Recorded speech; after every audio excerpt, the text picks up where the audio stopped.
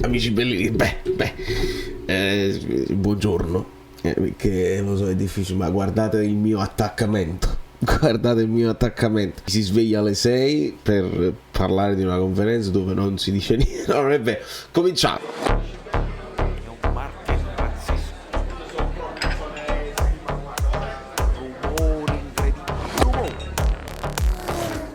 Insomma, non è vero, mica insomma è facile. Giovanni Gioia, mai una gioia, diceva qualcuno, invece quest'anno varie gioie, ma una gioia, la più grande, ce l'ha tolta il Napoli. Lasciate i like, lasciate 6.000 like per chi si sveglia alle 6, 600 vanno pure bene. Arriviamo a 600 perché i like scarseggiano nell'ultimo periodo e non va bene. Ieri abbiamo suonato, si torna a casa alle 3 ore di sonno massimo e poi ci si sveglia perché Spalletti è pronto con i giornali. Praticamente a fine conferenza ha portato i giornali, ha fatto vedere i giornali, i ritagli dove poi si diceva è un grande, si sta togliendo degli sfizi, ma quello che interessa a tutti, ai giornalisti e probabilmente anche a noi, è sapere il contenuto dell'incontro che c'è stato ieri a cena. Ovviamente i più attenti già lo sanno, c'è stato l'incontro tra ADL e Spalletti ci fa sapere una cosa, già ce lo fa sapere ieri, dice la società ha fatto due cose bene, due passi corretti, e poi ce lo spiega durante la conferenza. Noi con un Ambrabam tattico siamo anche pronti a fare un'ipotesi di formazione perché ci dice una cosa che avevo previsto, perché questo è il momento che Di Lorenzo deve abbracciare la città nella partita con la Fiorentina. Adesso tocca anche a bevo.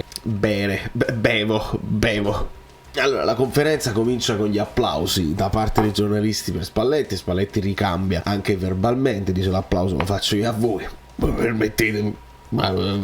E quindi gli si chiede l'incontro, Spalletti dice è tutto molto chiaro. Praticamente con questa risposta non chiarisce lui in prima persona, dice io però non posso scavalcare la società, è giusto che ne parli la società, quindi di quello che si è detto ieri sera ne dovrà parlare la società.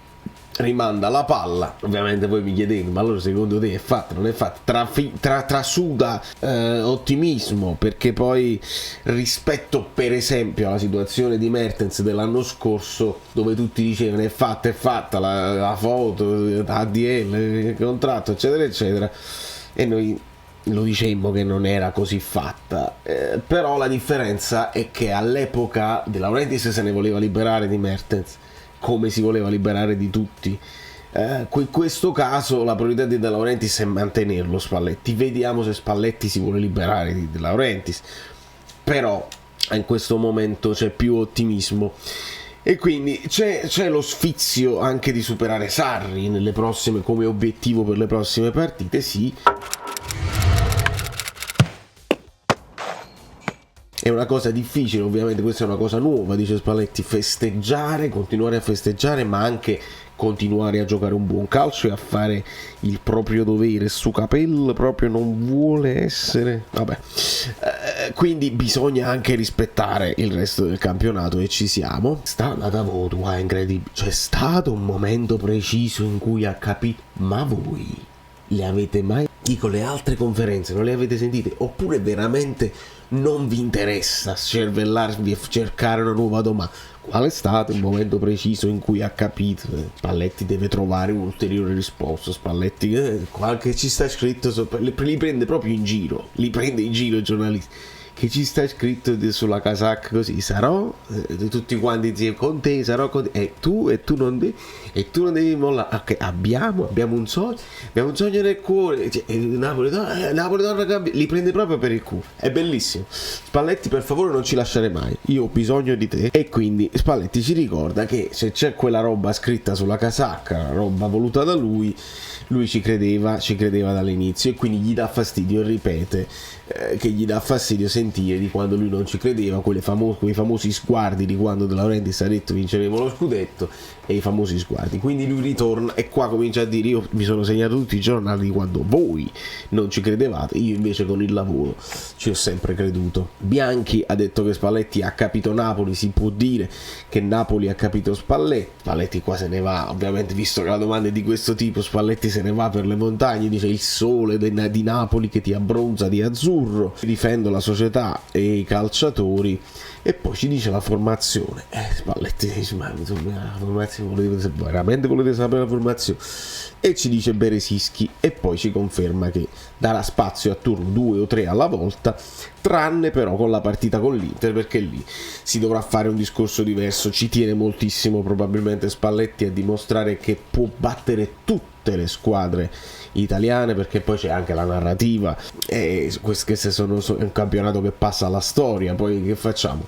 Parliamo di un campionato dove il Napoli ha battuto tutte tranne l'Inter? No, ci tiene moltissimo a battere anche l'Inter. E quindi per quanto riguarda la formazione sappiamo di Beresischi, lo possiamo cominciare anche a mettere, impariamo a scrivere Beresinski, Beres, perché bisogna scrivere Beres e poi c'è la Z dopo.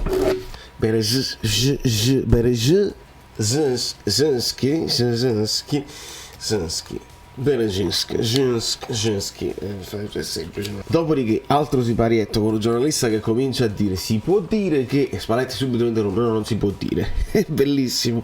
Evidentemente ognuno sa poi i propri polli, anche Spalletti sa i propri polli. Dice: no, non si può dire, tu già stai dicendo che io ho chiesto soldi alla società, non si può dire, risate, comunque clima disteso. E qua anche il giornalista che fa la solita cosa, no? Se ne parte per una tangente, cerca di dire lo scudetto anche etico, il valore etico, ma poi ritorna: ma ieri si può dire che era soddisfatto di quello che è stato l'incontro? E ripete Spalletti, dice che la società ha fatto i due passi corretti. I due passi corretti sono vincere e ringiovanire la rosa. Ecco perché si può effettivamente aprire un ciclo con questa squadra. Poi per quanto riguarda ieri, soddisfatta sì, ma perché buoni vini scelti da De Laurenti. Si dice: io me ne intendo poco. Spalletti: no, tu fai i vini anche tu, quindi te ne intendi.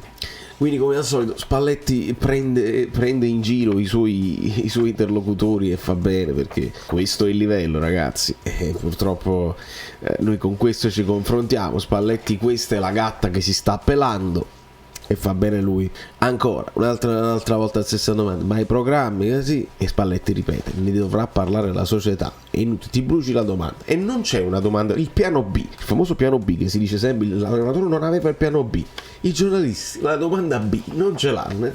Già sapevo fare il programma, già sapevo che se so detto. Non te lo dice. Vuoi provare un'altra domanda? No, che sta voglio sapere. E vabbè, le ultime 4 gare dobbiamo fare il massimo. Io poi stringo il brodo, perché sennò non ne usciamo più. E l'unica è la Claudia Vivenzio, che dice: in questo calcio totale, dove nasce la curiosità nel momento in cui Spalletti è stato fermo 2 anni, o nel momento in cui arriva al Napoli. E Spalletti ci parla di un calcio senza tempo, perché è un discorso che piace sia ai giocatori ma piace anche ai tifosi. E poi va nello specifico, dice: per esempio, un esempio è Elmas, è un giocatore senza tempo, perché va a fare quello che deve fare, si fa anche il culetto così, anche solo per 5 minuti in tutte le zone del campo. Invece quando lo metti da subito si impegna e ti dà anche qualità, insomma. E questo è il calcio senza tempo. E poi anche parlare del Monza, cosa che tra l'altro mi interessa moltissimo, perché Palladino è un allenatore che io sto cercando di studiare, faremo degli approfondimenti. Spalletti ne parla molto bene, un allenatore che avrà un grande futuro, i dirigenti ovviamente Galliani, è una squadra a cui piace giocare a campo aperto, partono da dietro. Questa, ragazzi, è una partita interessante, perché noi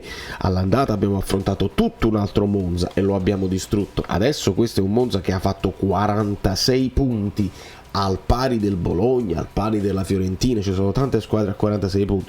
Il Monza ha fatto 46 punti ed è partito con l'handicap, quindi sarà secondo me una partita molto interessante. Partono da dietro, dobbiamo stare attenti alle ripartenze, e ci cita anche Petagna, che noi conosciamo come giocatore e come uomo. È lo scudetto di tutti? L'abbraccio con Santoro, Baldini che esalta Lozano, quindi varie immagini. E Spalletti ci dice che con Santoro ha legato subito, che è un uomo che sa portare la scrivania in campo e viceversa. Oltre all'immagine di Baldini che porta in trionfo Lozano, c'è tutta la panchina, i massaggiatori che reagiscono all'unisono ad un gol, insomma tantissime immagini. Cambiare la scritta l'anno prossimo, il sarò con te, cambiare la scritta. Questa è un'altra cosa che c'è domanda l'anno scorso, ritorniamo così, domanda tra bocchetto, perché se si deve parlare dell'anno scorso allora ne parla la società, perché sennò può dire sì cambiamo la scritta, invece no, Spalletti non si sbottone, dice non cambiamo la scritta, o cambiamo la scritta, no, ne deve parlare la società, perché del futuro ne parla la società. Lo scudetto dell'onestà, ma anche lo scudetto del coraggio, domanda che non fornisce più, che non significa niente. Come ha fatto a comunicare a questa cosa del coraggio, lo scudetto? Ho dei collaboratori splendidi, dice Spalletti, poi c'è la formazione, si recuperano alcune domande, pubblicità. Conosceva il valore sociale del calcio a Napoli? Sì, si capisce e si capiva anche dalle altre delle tifoserie, si capiva anche quando lo affrontavi come avversario. Ci fa piacere che Osi vinca la classifica dei cannonieri e poi porta tutti i giornali, e chissà quale trafiletto gli ha fatto leggere ai giornalisti dopo che si aprono bottiglie di vino, ci si fa il bagno. Bellissimo Spalletti che ieri addirittura con la maschera di Osimhen in macchina: vi depisteremo, stai in grandissima forma e io vorrei che rimanesse ancora a lungo a Napoli, ma andiamo con calma. In porta ci mettiamo Meret, perché abbiamo saputo di un Gollini non al 100% della condizione e quindi non vedo perché rischiarlo. Metterei Rachmani qui e JJ in una logica di alternanza, visto che abbiamo visto Ostigard e Kim. Rivediamo Rachmani e Juan Jesus, rivediamo Oliveira qui, che si poteva ipotizzare anche Berezinski a sinistra, come spesso fa anche in nazionale, però se dobbiamo dare un turno di riposo al capitano, questa è la partita, e quindi confermiamo Oliveira, perché di Mario Rui ancora, probabilmente Mario Rui, chissà se forse con l'ultima partita, lo sapremo. Qua ragazzi, io ci voglio mettere Gaetano in questo centrocampo e lo vorrei mettere qua in zona Zielinski, libero poi di diventare anche sottopunta. Ecco che qui dovremmo sapere se ci sono, se i giocatori, per esempio Lobotka potrebbe giocare, no? Perché ne ha saltata mezza, quindi lo possiamo immaginare, perché poi non devi distruggere tutto. Anghissà invece ne ha giocate tantissime, allora io metterei un giocatore al posto di Anghissà, però questa è più una speranza mia che un'idea di Spalletti, secondo me. Vedere Lobotka e Demme insieme, perché Demme può fare anche il lavoro di Anghissà con caratteristiche diverse, ma possono fare la doppia regia insieme e Demme può, con dinamismo, non avendo poi la responsabilità di fare per forza il regista. Ecco, mi piacerebbe quest'idea. La mettiamo qui Anghissà perché sappiamo che ne fa meno malvolentieri Spalletti, però è sfiziosa questa cosa. Se qui finalmente dovremmo rivedere il ritorno di Politano con Lozano, che oramai non c'è più possibilità di rivederlo, e Politano invece che non ha giocato nella scorsa, qua ci mettiamo Osimhen perché ci teniamo a fargli vincere la classifica dei cannonieri, e qui se non gioca Kvara, Raspadori, abbiamo visto, ci stanno un po' di occasioni, Zerbin, farei giocare Zerbin, e ovviamente li sappiamo chi dovrebbe poi entrare. C'è Raspadori che scalpita, c'è Simeone, c'è lo stesso Kvara. Insomma, questa potrebbe essere un'ipotesi di formazione, stavolta dando un po' di spazio dall'inizio a Gaetano. C'è sempre Ndombele da considerare, ma lì dovremmo sapere, nessuno glielo chiede, gli chiede solamente l'interesse, i programmi che avete parlato ieri sera, poi no, si potrebbe anche parlare, ma Ndombele, per esempio, abbiamo capito se ci interessa il riscatto, così. È pure una domanda trabocchetto sul futuro, ma niente, non siete furbi, non fa niente. Da New York, Valle del Fluido è tutto. Interessante, sarà interessante vedere questa partita per capire Palladino, per vedere il Napoli come resta sul pezzo anche con la vittoria, e per capire se con le prossime partite se si può arrivare al record, e se si può, come vi avevo detto, la prima partita da campioni d'Italia l'abbiamo vinta, e io vi avevo detto questo Napoli, se si toglie da mezzo la matematica, può vincere anche con Demme e Zerbin. Fatemi vedere, dai, fatemi vedere. Sembra una parrucca, ma non è vero, perché vedi, cambia. Ah, ma no, che bella, io me li fai. Sono Saverio Asoli. Dobbiamo arrivare a 20.000 iscritti, di cortesia, perché questo è l'anno. Avete lasciato i like? Niente più, dai, basta, sei cringe. Quante cose.